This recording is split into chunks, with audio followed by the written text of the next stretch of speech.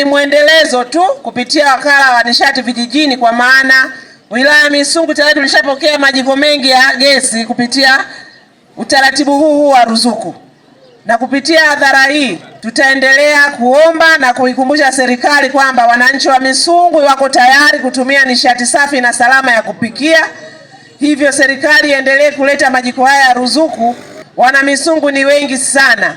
Salamu ni kwamba haya mlioleta ni mfano, mtuletee majiko mengi ya kutosha ili wananchi waweze kunufaika na mradi huu. Haya 539 hayawezi kututosheleza, na wao nafikiri walikuwa wanabipu waone mwitikio wa wananchi upoje. Jamani, sisi tuko tayari. Tafsiri yake ni kwamba wana Misungu tumeitikia wito wa serikali wa kuhifadhi mazingira, tumeitikia wito wa serikali wa kuhakikisha kwamba tunatumia nishati safi na salama ya kufanyaje, ya kupikia.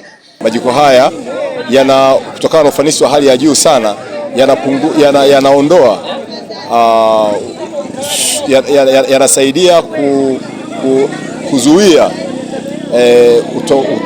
moshi wenye sumu ambao unaleta athari za afya kwa binadamu pamoja na mazingira. Mradi huu wa majiko banifu ni sehemu ya mradi mkubwa ambao REA inatekeleza nchi nzima, ambayo inahusisha ugawaji wa majiko banifu, uuzaji wa majiko banifu 200,000 kwa bei ya ruzuku. Ruzuku hii inafikia hadi 85% ya bei halisi. Kwa mkoa mzima wa Mwanza, jumla ya majiko 9326 yatagawiwa katika wilaya 6 ikiwemo wilaya hii ya Misungwi, na kwa gharama hiyo ya shilingi 7,500. Thamani ya mradi huu kwa ujumla kwa mkoa wa Mwanza ni zaidi ya milioni 461, ambayo itajumuisha ugawaji wa majiko 9326.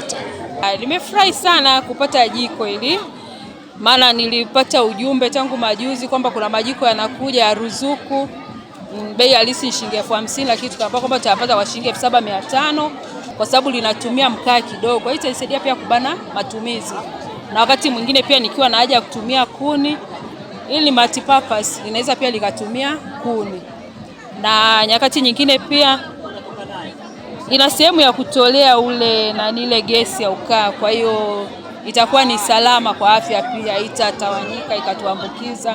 Kwa majiko haya yaliyoletwa kwa kweli hayatoshelezi. Ndio maana imefikia wakati mnaona kwamba watu tunasukumana, yani ni kama kuwaiana kwamba nani apate nani akose. Kwa hiyo kwa ujumla niseme bado tuna uhitaji mkubwa ili tuweze kuletewa haya majiko, maana nimeona yana ubora, lakini pia yanatuweka katika hali ya usalama kulingana na moshi pamoja na matumizi ya mkaa tunayotumia kidogo. Kwa hiyo mimi niombe tu serikali na mradi huu wa REA kwamba kama kuna uwezekano muendelee kutuletea majiko angalau yaweze kutupunguzia matumizi mengine ambayo tunayotumia matumizi makubwa.